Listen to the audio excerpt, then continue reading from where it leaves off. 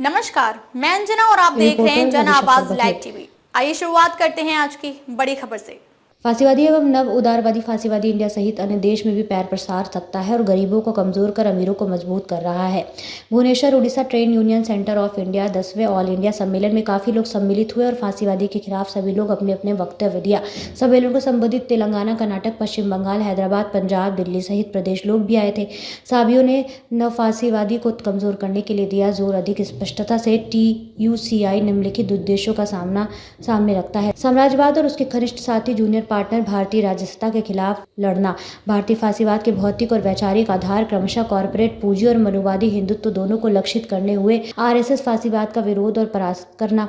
जातीय उन्मूलन के लिए दृढ़ता से संघर्ष करे व भारतीय मजदूर वर्ग की एकता हासिल करने के लिए अपरिहार्य कार्य है।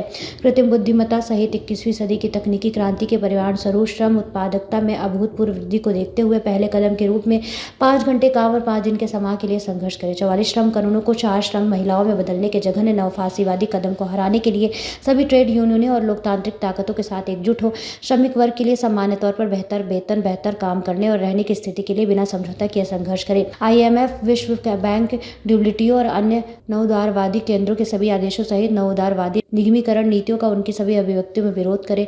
मजदूरों के अधिकारों के बेहतरी और विस्तार के लिए संगठित होने और लड़ने के अधिकार सहित श्रमिक वर्ग के सभी कड़ी मेहनत से अर्जित लोकतांत्रिक अधिकारों की सुरक्षा और संरक्षण के लिए प्रयास करें। सभी निजीकरण कार्यक्रमों और यातना पूंजीपतियों के हित में सार्वजनिक उपक्रमों के विनिवेश को रोकने के लिए तत्काल हस्तक्षेप करें और पहले से शुरू की गई विनिवेश प्रक्रिया को उलटने के लिए सभी प्रयास करें। छद्मनाम लचीली विशेषज्ञता के तहत श्रम के सुपर थोपे गए नवउदारवादी विभाजन का विरोध करें, जैसे कैजुअलाइजेशन, अनुबंध श्रम प्रणाली, आउटसोर्सिंग, काम कराओ निकाल बाहर करो इत्यादि। उद्योग, सेवाओं और बुनियादी ढांचे के विकास में PPP मॉडल को खत्म करने के लिए संघर्ष करें, क्योंकि PPP देश के संसाधनों और धन को कॉर्पोरेट लूट का एक शानदार तरीका है।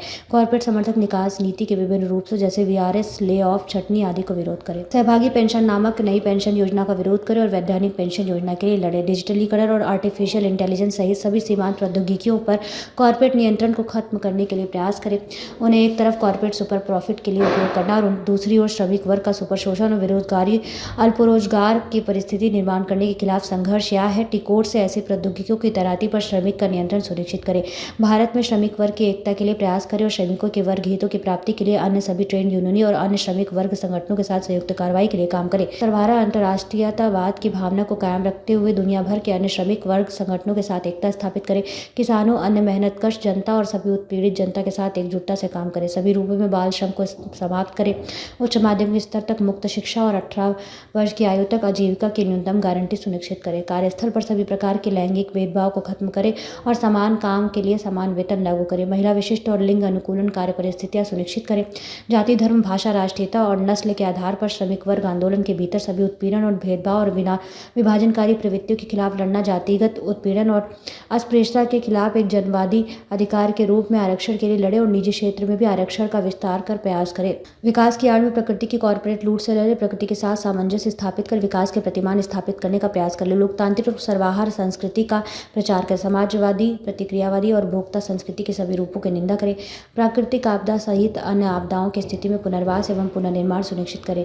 TUCI इन और इस तरह के अन्य उद्देश्यों को प्राप्त करने के लिए सभी स्तरों पर निरंतर संघर्ष और आंदोलन जारी रहेगा। ट्रेड यूनियन का आज कार्यक्रम चल रहा है, उस पर क्या बोलना चाहेंगे? आपका क्या नाम है, आपका परिचय बताइए। मैं अखिल भारतीय क्रांतिकारी महिला संगठन का राष्ट्रीय कार्यकारिणी मेंबर हूं और उत्तर प्रदेश की प्रभारी हूं।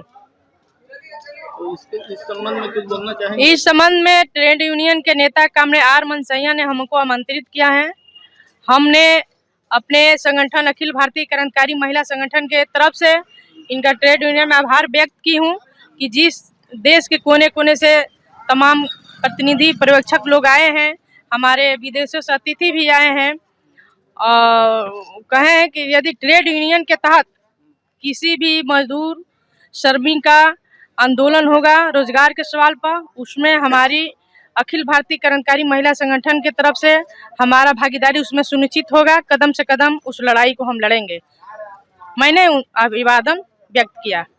आगे और क्या? आगे जो हमारे भारत में जो मनुवादी फांसीवादी सरकारें चल रही हैं, उसका जो मंसूबा है कि देश में हिंदू को धर्म के नाम पर विभाजित करना, फिर पुनः वापसी की जो हथकंडा अपनाए हुए अभी अयोध्या में 22 तारीख को उन्होंने प्राण प्रतिष्ठा समारोह किया। पूरा देश में सनातनियों ने, हम जैसे न्याय पसंदों लोग ने भी इसका विरोध किया, फिर भी वो अपना एजेंडा के तहत वो प्राण प्रतिष्ठा किया। और आने वाले दिन में हमारा भारत का संविधान खतरे में है, उसको बचाने के लिए, इस मनवादी फासिस्ट ताकतों को उखाड़ फेंकने के लिए हम लोग तबंध होंगे, सड़क पर आएंगे और उसके संसदीय चुनाव से इनको हम बाहर करेंगे। अभी मजदूरों के लिए क्या और करना चाहेंगे? अभी हमारे मजदूरों का जो भी रोजी रोटी है इस व्यवस्था में खतरा है। जो हमारे मजदूर हैं, जो ट्रेड यूनियन में काम कर रहे हैं, कर्मचारी हैं, जो 8 घंटा के ड्यूटी के उनसे 12 घंटा लिया जा रहा है, 16 घंटा लिया जा रहा है, 18 घंटा लिया जा रहा है, इसके खिलाफ हम लोग रणनीति तय करेंगे। ये संवैधानिक तो केवल 8 ही घंटा है। हाँ, संवैधानिक 8 ही घंटा है, लेकिन आज व्यवहार में उनसे 12-12 घंटा, 18 घंटा तक ले काम लिया जा रहा है। और ये ट्रेड यूनियन का जो सम्मेलन है उसमें रणनीति तय होगा और उसके खिलाफ हम लोग आगे लड़ाई लड़ेंगे। आपका क्या नाम है? मैं कैलाश प्रसाद, मैं क्रांतिकारी किसान सभा, हाँ, कोई नेशनल बॉडी का मेंबर और ट्रेड यूनियन में जो है उत्तर प्रदेश राज्य इकाई का अध्यक्ष हूँ। तो हम जो आज यहाँ मजदूरों का सम्मेलन हो रहा है, मोदी सरकार द्वारा जो तमाम कुर्बानियाँ देने के बाद जो है दुनिया में शिकागो में मजदूरों ने इतना बड़ा जो है उनका आंदोलन हुआ और उनके जो है हत्याएं हुई। उसके बाद काम के जो घंटे थे 8 घंटे तय हुए और उस 8 घंटे को आज ख़त्म कर दिया। जो 44 कानून बने थे मजदूरों के पक्ष में हिंदुस्तान में, उसको ख़त्म करके केवल 4 कानून रख दिया। और ये केवल जो है दुनिया में सबसे कम हिंदुस्तान में मजदूरों की मजदूरी है $2 और चाइना देता है अपने मजदूरों को $24 और अमेरिका देता है $20। दुनिया में हर जगह इस तरह का है, लेकिन भारत में सबसे कम मजदूरी है। और उसके बाद भी काम के घंटे बहुत, और उसके बाद जो है ये हर जाति को लड़ा रहे हैं। और मजदूरों में भी जाति जो सबसे बड़ा जो कारण है, उसको छोटी जात से, बड़ी जात से, बैकवर्ड को दलित से, ये तमाम लड़ाने का काम जो हो रहा है। और इसका साथ दे रहा है मीडिया। और जो इसका बीजेपी का जो आरएसएस का आईटी सेल है वो कर्नाटक में है, और आईटी सेल से एक झूठ आता है और मीडिया में जाता है और मीडिया एक मशीन बन गया है। वो झूठ जब मीडिया से आता है, अगर बीजेपी का आदमी बोलेगा तो लोग जनता नहीं पतियाएगा, क्योंकि गांव की जनता बहुत ज़्यादा टीवी देखती है, रेडियो देखती है।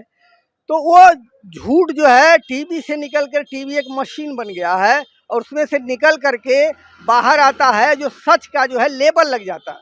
वो तो है झूठ, लेकिन सच का केवल लेबल लग जाता है। इस तरह से सबसे ज़्यादा अगर मोदी सरकार का कोई काम कर रहा है, आरएसएस का कोई काम कर रहा है, तो मीडिया कर रहा है। क्योंकि मीडिया जो हिंदी मीडिया है वो पूरा हिंदू मीडिया में तब्दील हो गया है और बहुत ही और हमको जो है इस तरफ ले जा रहा है। जैसे अंबेडकर साहब ने कहा है कि जब लोकतंत्र पर एक धर्म हावी हो जाता है तो हमें जो है नागरिक नहीं रहने देता है, हमको प्रजा बना देता है। इसीलिए हम जो है प्रजा नहीं बनना चाहते, नागरिक बना रहना चाहते हैं, इसीलिए हम लोग विरोध करते हैं। ईवीएम मशीन के संबंध में सवाल खड़ा होता है बीच में, उस पर आप क्या कहना चाहेंगे? ईवीएम पर भी घोर है। हमने देखा है कि जो चुनाव हुए हैं पहले, मैं देखता हूं कि जब पोस्टल बैलेट पेपर गिनती होता है तो विपक्ष पार्टियां आगे जाती है, उनका स्कोर आगे रहता है, वो गिनती में आगे रहता है। और जो ही बैलेट पेपर खुलता है, अरे बैलेट मशीन खुलता है, ईवीएम मशीन खुलता है, वो धीरे धीरे हारते चले जाते हैं। अब बड़े पैमाने पर उसमें वीवीपैट जो आया है उसमें भयंकर गड़बड़ियां आ रही हैं।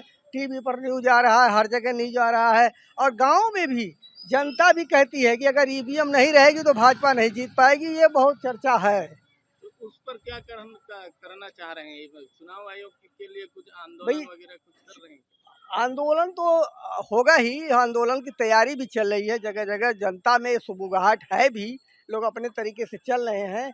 लेकिन पार्टियां अभी पूरी खुलकर, जो मेन स्ट्रीम पार्टियां हैं वो खुलकर ईवीएम के खिलाफ नहीं बढ़ रही हैं, क्योंकि उनको भी तो कॉरपोरेट का चंदा लेना है और उनको भी उसी में बने रहना